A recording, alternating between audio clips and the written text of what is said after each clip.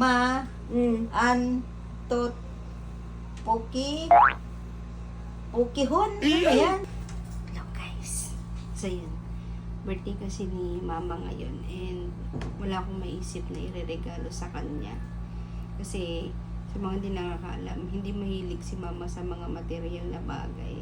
And isa siya sa mga nanay na mas pipiliin na lang yung cash kaysa sa material, di ba? Kasi mas marami silang iniisip na gastusin. Like for example, si mama, may pinapaayos siyang bahay dun sa probinsya. Sobrang nagtitipid si mama ngayon and imbis na nilalaan niya yung pera para sa sarili niya, iniipon niya kasi mas gusto niyang mapasaya yung lola namin sa probinsya. Gusto ko lang naman siya bigyan ng small amount. Very, very small amount lang. Kasi yun lang naman yung afford ko pa sa ngayon. Bahala na siya kung anong gusto niyang gawin dun sa regalo ko na yun. Ayoko naman nang ibibigay lang sa kanya na iaabot kasi parang ang boring. Gusto ko merong para meron namang thrill. Babatripin muna natin siya bago ibigay yung regalo. Nagprint muna ako ng peking waybill yun. Tapos, sakto. Meron kami ditong pouch ng JLD Express. So, papalabasin ko lang na may dumating na parcel na nakapangalan sa kanya. Tapos, papalabasin ko na baka na-order nung bata sa cellphone niya. Kasi nagawa na ni Samsam yun noon. Nanonood lang ng YouTube tapos after 3 days may dumating na parcel. Ngayon, gagawin natin siya kay mama. Pero, hindi niya alam. Ang laman is cash. Yan. Yun. So, papalabasin ko na inabonohan ko muna yung parcel. Tapos, the rest is history. Didikit muna natin. Ikat muna natin.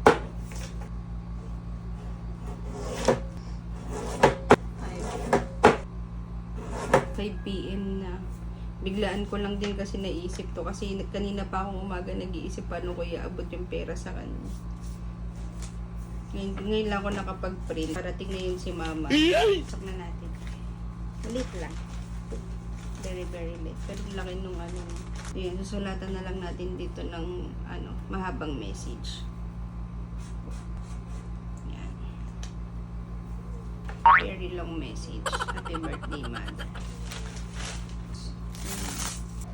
Laki mo. Plastic.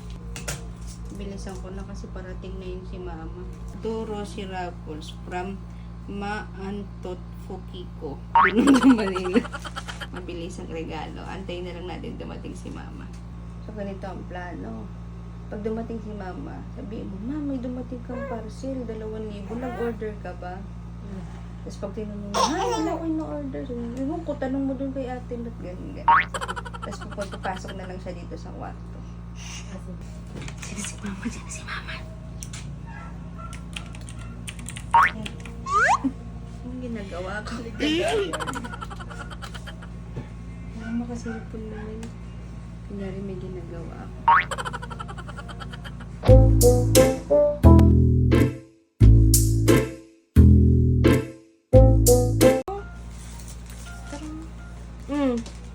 Rosie Raffles.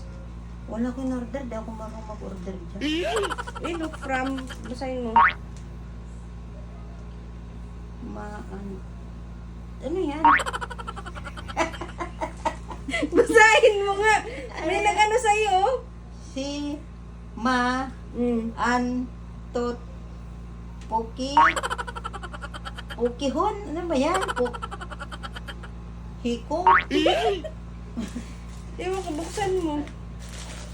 2,000, nabunuhan ko. Wala lang akong pera. Sus. Diyan. Lola. Hindi ka na bati. Mag-sorry ka na. Sorry po.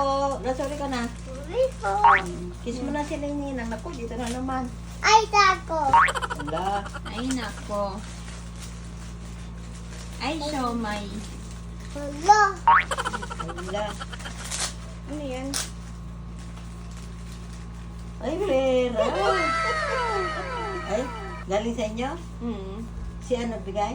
Kasi sabi niya may regalo daw siya. Tapos ang hihingi sa akin ng 100 pambili daw ng gin.